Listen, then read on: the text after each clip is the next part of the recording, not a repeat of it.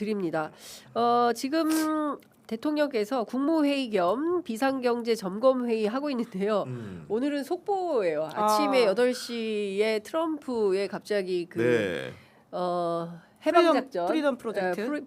프리덤 프로젝트 일시 중단한다는 네. 속보가 전해져서 저희가 원고를 다 뒤집어 엎어가지고 예, 속보 위주로 이제 방송을 했는데 또 갑자기 또 신종호 판사 소식이 또 그러니까요. 전해지고 네. 그리고 또 속보가 들어오고 있어서 대통령의 국무회의 내용. 대통령의 예. 국무회의 내용이 개헌입니다. 이재명 대통령 속보로 전해지고 있는 개헌은 부분 개헌을 순차적으로 하는 것이 현실적이다. 국민이 동의하는 헌법 개정안에 반대할 이유가 없어서 내일 실천하길 바란다라는 것이고요.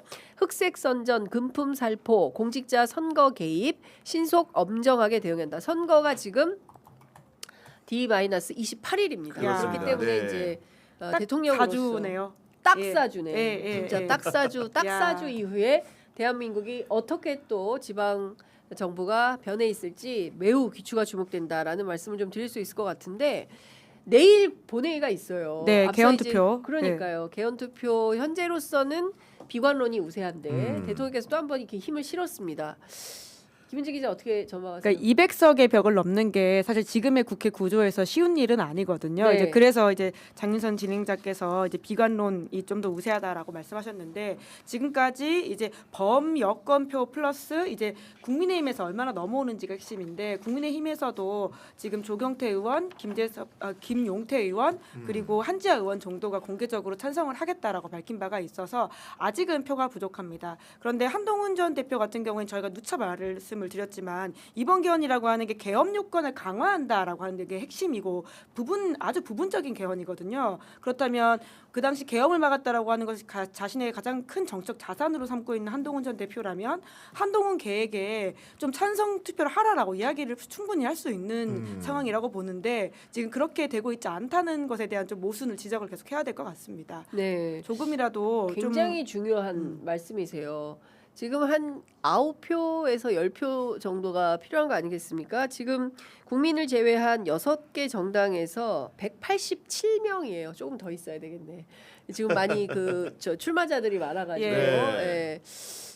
그 표를 다 모아도 200석을 통과할 수 있을까라는 게 좀 우려되는데 친한계만이라도 하면 투표를 해라라는 이제 어차피 징계잖아요. 아. 지금 한지아 의원도 하는 순간 네. 한지아 의원도 뭐 그렇고 한지아 의원도 지지 않았어요. 뭐 10번 100번이라도 와야 예. 된다 이런 주장을 했기 때문에 좀 정치를 바꾸는 어떤 기폭제로서의 친한계의 역할을 기대하십니까? 지금 그 개헌안에 담긴 내용이라는 것이 국민의힘 일각에서 주장하는 그러니까요. 것처럼 민감한 내용이 담겼다고 보기가 어렵거든요. 사실 너무 1도 약해요. 없습니다. 너무 약해요. 아니 너무 제가 보기에 약해요. 예를 들면 대통령 단임제를 바꾸자 네. 혹은 중임제로 바꾸자 이런 권력구조 개편안 같은 경우에는 1호도 들어있지 않은 상황이기 때문에 이런 내용을 가지고 왜 국민의힘이 반대하는지 이해할 수가 없는 것이고 김은지 기자 잘 설명했지만은 비상개업의 요건을 엄격하게 하자는 겁니다. 과거에는 지체 없이 국회에 통고만 하면 됐는데 그것들을 계엄을 벌이는 자들이 악용을 하다 보니까 국회의 승인을 받는 구조를 만들어 엄격하게 만들자. 그런 식의 체험이라는 것도 우리가 국민이 몸소하지 않았습니까? 그렇기 때문에 국민적 동의 지반도 높은 건데 이 계엄 요건을 엄격하게 하는 개헌 사항을 왜 반대하는지 이해가 안 되는 것이고 더 이해가 안 되는 부분이라는 것은 지금 우리 그 헌법의 전문에 보면은 3.1 독립운동이라든가 4.19 민주 이념만 명시가 돼 있는데 여기에 더해서 부마 민주항쟁과 5.18 민주화 운동도 정신을 삽입하자는 거거든요. 지금 사실 부울경에서 선거를 국민의힘도 열심히 하고 있지 않습니까? 지금 민주주의 선거를 치를 수 있는 바탕 자체가 부마 민주항쟁이라는 원천이 있었습니다. 이런 식의 필요 동의 조건 같은 경우에도 충족시키는 개헌안에도 반대하는 명분과 이유를 찾아볼래야 찾을 수가 없다. 네. 이런 생각이 거듭 듭니다. 그러니까요. 한동훈 전 대표가 내걸고 있는 게 보수 재건이잖아요. 그리고 네. 한동훈 전 대표가 지금 보수 재건의 중요한 기수로 역할할 수 있다라고 믿는 그러니까 조갑재 대표라든지 이런 분들 그리고 김종인 전 비대위원장 이런 분들도 계엄에다 반대하면서 굉장한 목소리를 냈단 말이에요. 그렇습니다. 그러면 여기에 함께함으로써 사실은 말만이 아니라 행동으로서 보여준다라고 하는 것은 새로 새로운 보수의 탄생을 충분히 보여줄 수 있고 심지어는 민주당을 비롯한 범여권에 사실 긴장이 되는 존재들이 탄생하는 것이거든요. 근데 이걸 하지 않는다라고 하는 게 결국은 어떤 보수를 재건할 것이냐라는 질문을 할 수밖에 없는 것 같고요. 그러니까 결국 박민식 사실 전 장관 같은 경우에는 윤어겐 세력과 맞물려 있다라고 하는 포스팅 삭제했다는 최근에도 의혹돼 있지 않습니까? 그러니까 결국 그렇게 손잡아가지고는 그냥 저쪽 파일을 가져가려고 하는구나라고 보이게 되는 거죠. 네. 그러니까 이를테면 최소한 계엄에 대한 반대 입장을 가졌다면 개헌에 대해서도 적극적으로 동의하는 입장을 가져야 되는데 어제 가장 극악스럽게 반응한 거는 출국 금지. 그렇죠. 네. 본인의 출국 금지에 대해서 막 했는데 그거 좀 이따 얘기를 그리고 하도록 합시다. 약간의 에피소드인데 제가 이제 오는 길에 택시를 타고 오면서 네. 이제 개헌 관련해서 안 그래도 제가 좀 아침 취재를 하느라고 예. 국회의장들도 전화를 하고 이렇게 저렇게 네, 전화를 네. 했어요. 예. 택시 기사님이 개헌을 개엄으로 잘못 알아듣고 아니 개엄을 또 한단 말이에요. 뭐 이렇게 막 화를 내시는 거예요. 그러면서 택시 기사분이. 자신이 80대 서울 토백이 이제 어르신이라고 말씀을 하시면서 예. 그 개엄 너무 끔찍한데 무슨 소리 하는 거냐고 어. 막 화를 내시던데 제가 개엄 요건을 강화하기 위한 개헌입니다라고 말씀드릴 정도로 그러니까 예. 사실은 대부분의 국민들이 어르신들 특히 나이 많으신 분들은 우리가 약간 다른 생각 가지고 있을 수다라고 걱정을 하잖아요. 전혀 그렇지 않고 그분이 정말 아주 험한 목소리로 윤석열 씨와 국민의힘을 비판을 하더라고요. 오, 예. 네. 지금 두 분 마음이 네. 이재명 대통령의 마음과 같아요. 그래서 내용을 지금 헌법으로는 대한민국의 민주주의 수준이나 국민 삶의 상황 그리고 국가 미래를 충분히 담보하기가 어렵다. 그렇죠. 전면 개헌은 부담이 너무 커서 할 수 있는 만큼만 하자는 실용적 태도로 접근할 필요가 있다. 이런 입장을 밝혔습니다. 이제 지금 하고 있는 국무회의 모두 발언에서 네. 이제 말씀하신 건데요. 부분 개헌을 합의되는 만큼 순차적으로 해나가는 게 현실적인 방법이다. 이를테면 여기까지 합의해 그러면 통과. 그 다음에 또 여기까지 합의해 그럼 통과. 뭐 더디더라도 이게 가장 실용적인 방법이 아니냐. 네. 죽어도 안 돼. 뭐 니네 사회주의 개헌하려고 그러지. 평생 해먹으려고 그러지. 근데 실제로 이따가 우리 지방선거 이야기하겠지만 영남 지역엔 이게 먹힌다는 거예요. 그렇기 때문에 이제 뭐 사회주의 개헌이네 뭐네 이런 주장을 장도혁 대표가 연설을 하는 거다라는 얘기를 이제 지역의 정치인들이 전해주는 네. 건데요.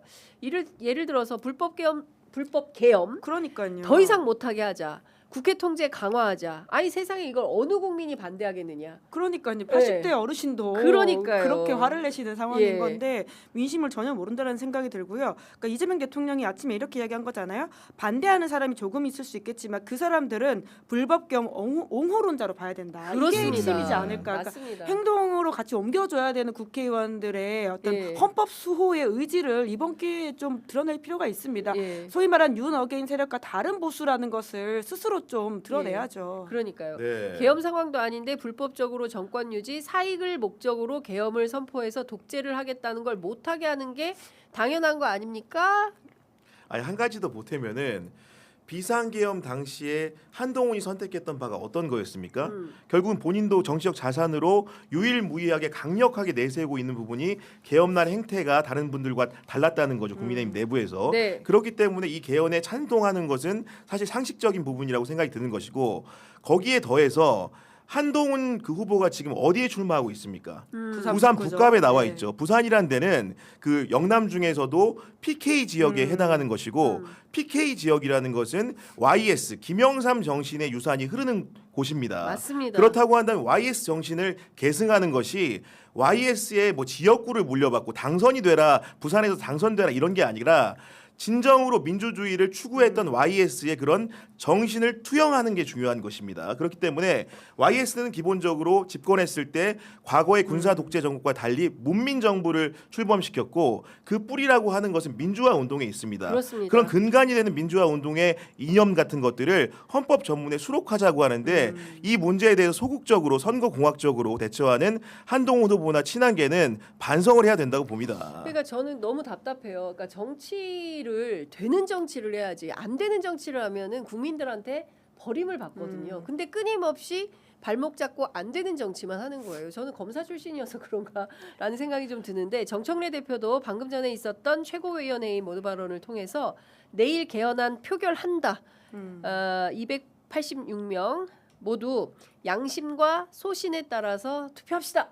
이렇게 입장을 밝혔습니다. 여기에 국민의힘이 어떤 화답을 할지 너무나 궁금한데요. 다른 거 다 떠나서 상식에 맞게 그러게요. 이재명 대통령이 오늘 발언한 대로 저는 이게 국민적 눈높이고 상식이 아닌가. 그 발언 듣고 그럼요. 아니 내 말이 그거야. 이렇게 공감하실 분들이 굉장히 많을 것 같다는 생각이 좀 듭니다. 헌법재판소가 8대 0으로 결정했던 그렇습니다. 것이고요. 형사재판에서 압도적으로 무기징역이 나왔던 계엄은 내란이라는 재판이 있습니다.